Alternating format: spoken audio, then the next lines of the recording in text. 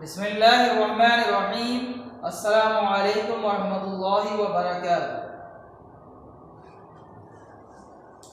Dear students, in the previous class we had studied about fertilization in plant and the product of fertilization.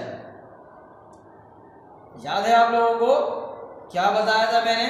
Pollination के बाद fertilisation का अमल होता है, union of male and female gametes, और उसके बाद क्या होता है, ओवरी में क्या तब्दीलियां आती हैं, फ्लावर की जो ओवरी है उसमें क्या क्या तब्दीलियां आती हैं, और उसके बाद ओवरी जो है वो राइप होकर क्या बन जाती है, फ्रूट, और उसके अंदर जो ओव्यूल्स हैं वो क्या बन जाते हैं, सीड बन जाते हैं। ओके, आज हम इस चैप्टर का आखिरी टॉपिक पढ़ने जा रहे हैं, तो आप लोग तैयार हैं?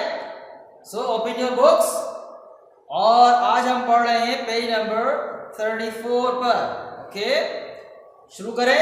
पेंसिल और हाइलाइटर आपके पास मौजूद होना चाहिए ताकि इंपॉर्टेंट पॉइंट्स को आप लोग नोट कर सकें। Today our topic is dispersal of fruits and seeds. Dispersal of fruits and seeds. Dispersal का मतलब क्या होता है? फ्रूट और सीड की मीनिंग्स तो आप लोग जानते हैं। डिस्पर्सल का मतलब क्या है? डिस्पर्सल का मतलब होता है फैलाव, सही, फैल जाना। जो लफ्जी मानी है, जो वर्डिकल मीनिंग्स है, डिस्पर्सल का मतलब होता है इंतशार, फैल जाना, दूर चले जाना, सही। तो इस टॉपिक का मतलब क्या हुआ? Dispersal of fruit and seed की मीनिंग्स क्या होंगी? फलों का और बीजों का फैलाव, सही।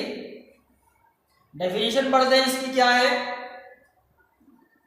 The scattering of fruits and seed away from the parent plant is called dispersal of fruits and seed.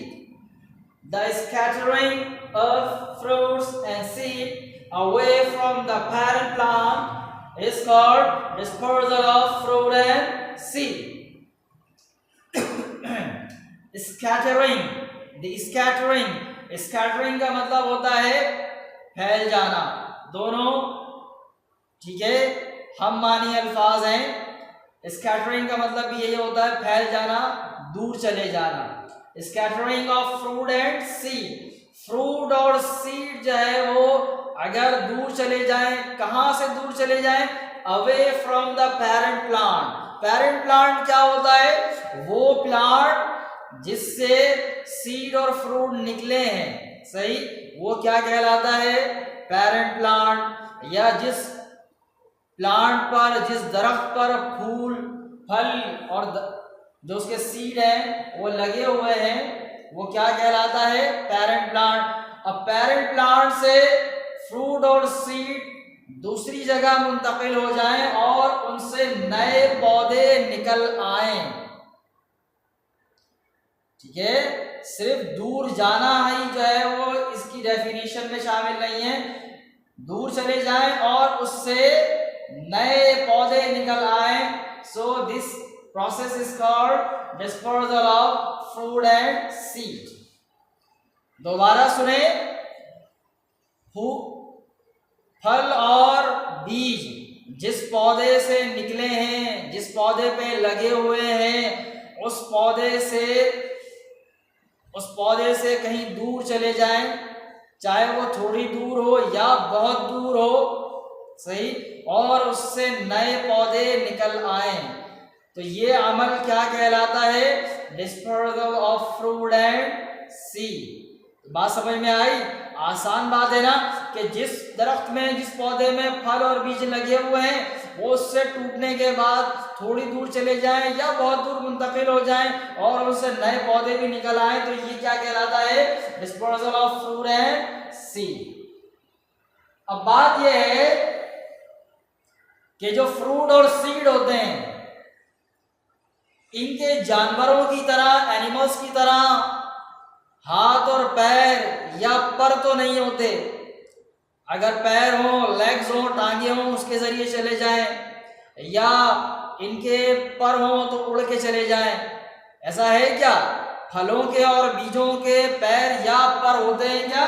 Legs और विंग्स होते हैं क्या? नहीं होते। तो फिर ये पेरेंट प्लांट से दूर तक कैसे मुंतकिल हो जाते हैं? सही, ये भी पढ़ना है हमें आज। There are different ways of dispersal, मुख्तलिफ तरीके हैं डिस्पर्सल के।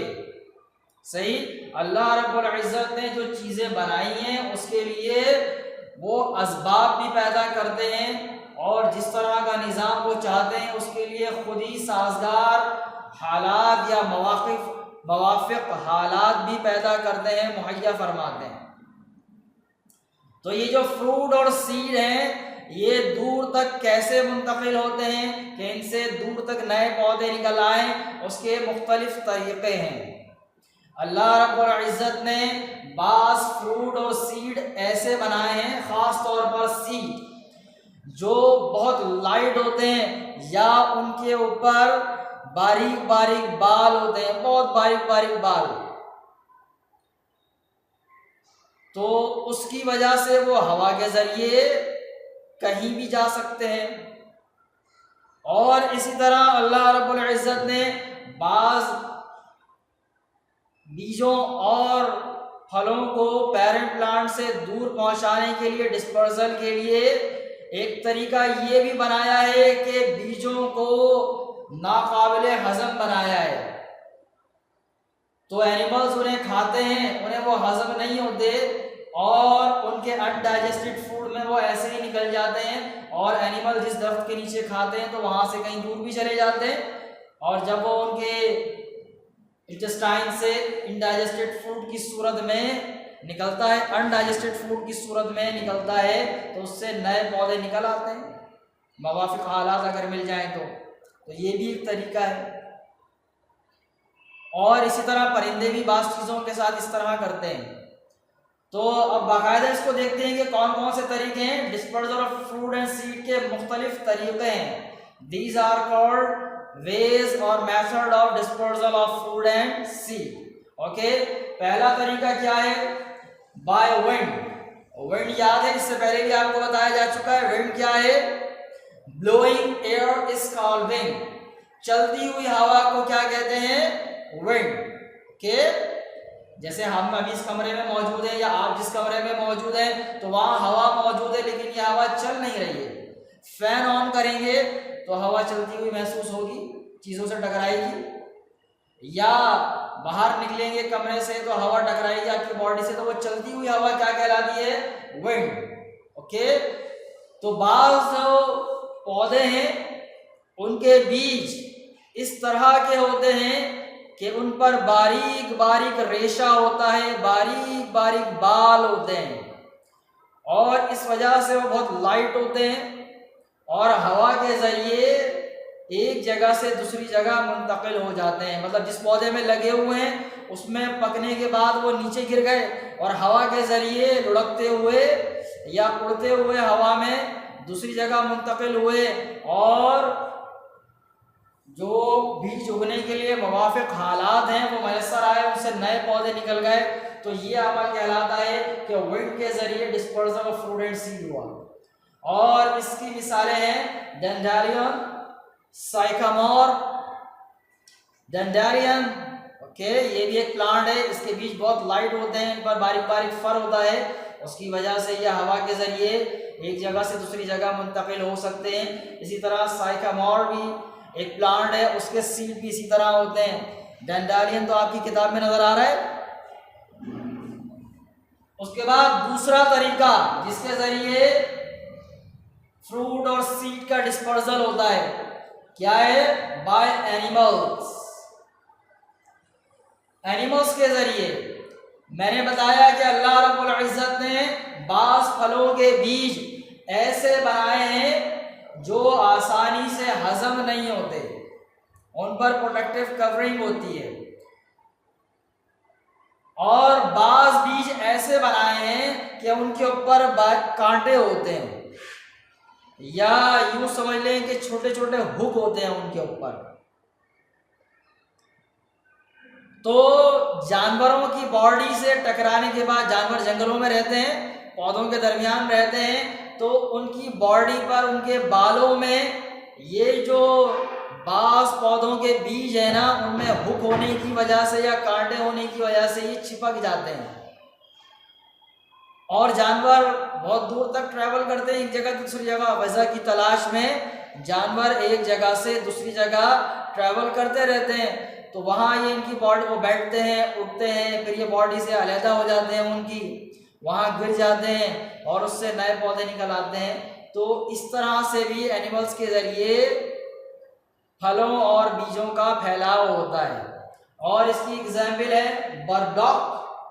ये आपकी किताब में बना हुआ है, देखें बर्डॉक। इसके जो सीड्स हैं, जिसका फ्रूट है, इसके अंदर सीड होते हैं।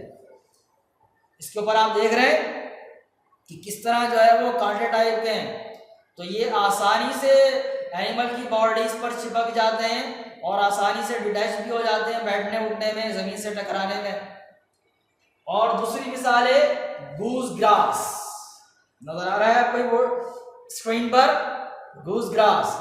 तो ये भी एनिमल्स के जरिए इन सीड्स का फैलाव होता है। बर्डॉक और गूस ग्रास इस तरह के जो सीड्स हैं या फ्रूट हैं जिन पर कांटे या हुक होते हैं, उनका फैलाव किसके जरिए होता है? एनिमल्स के जरिए। और एनिमल्स के जरिए मैंने एक चीज और भी बताई थी कि एनिमल्स जो है वो बास चीजों को खाते हैं तो उनके बीज उन्हें हजम नहीं होते। अनडाइजेस्टेड फूड के साथ या जो स्टूल होता है उसके जरिए वो बॉडी से बाहर निकल जाते हैं और दूर दराज एनिमल ट्रैवल कर रहे होते हैं, वहां वो गिरते हैं तो उनसे नए पौधे निकल जाते हैं। तो एनिमल्स के जरिए ये तरीका भी है। उसके बाद तीसरा तरीका है फैलाव का बाय बर्ड्स। बर्ड्स के जरिए, परिंदों के जरिए। बहुत सारे परिंदे ऐसे होते हैं जो फ्रूगीवोर होते हैं। फ्रूगीवोर, फ्रूगीवोर का मतलब होता है फल खाने वाले। जैसे कोयल, कोयल हमारे यहाँ होती है ना, बहुत खूबसूरत उसकी आवाज होती है, ब्लैक कलर की, और थोड़ा सा जो है वो ब्लैक और ब्राउनिश कलर भी होता है उसका, दो कलर की होती है ना, मेल फीमेल के कलर्स अलग होते हैं। तो ये जो कोयल है ये फल खाती है और बास फलों के जो बीज हैं वो हार्ड होते हैं, बिल्कुल एनिमल्स की तरह ही, इनको भी वो हजम नहीं होते और इनके अनडाइजेस्टेड फूड में वो बॉडी से बाहर निकलते हैं। परिंदे आप जानते हैं कि कभी एक दरख्त पर, कभी दूसरे दरख्त पर, कभी यहाँ कभी वहाँ, कहीं भी होते हैं और फ्रीली जो है वो स्टूल पास करते रहते हैं, अनडाइजेस्टेड फूड अपना निकालते रहते हैं पाखाने की सूरत में। तो ये जो बीज होते हैं उसमें निकल जाते हैं इनके पाखाने में और उससे नए पौधे उग जाते हैं या उग सकते हैं। तो इस तरह बर्ड्स के जरिए भी disposal of fruit and seed होता है। इसके अलावा एक और स्पेशल मैकेनिज्म भी है, वो कहलाता है एक्सप्लोजन। एक्सप्लोजन समझते हैं? एक्सप्लोजन का मतलब होता है धमाका।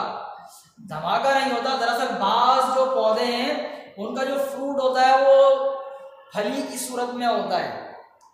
फली समझते हैं ना, जैसे मटर जो है ना फली टाइप की चीज है, और भी फलियां होती है जो पकाई जाती हैं। तो बास जो पौधे हैं उनके फ्रूट्स फली की सूरत में होते हैं और वो सूखने के बाद हार्ड हो जाते हैं और अपने आप चटक के फटते हैं, मामूली से फटते हैं। ऐसा नहीं है कोई धमाका होता है बम की तरह, नहीं, बस वो चटक के फट जाते हैं मामूली से।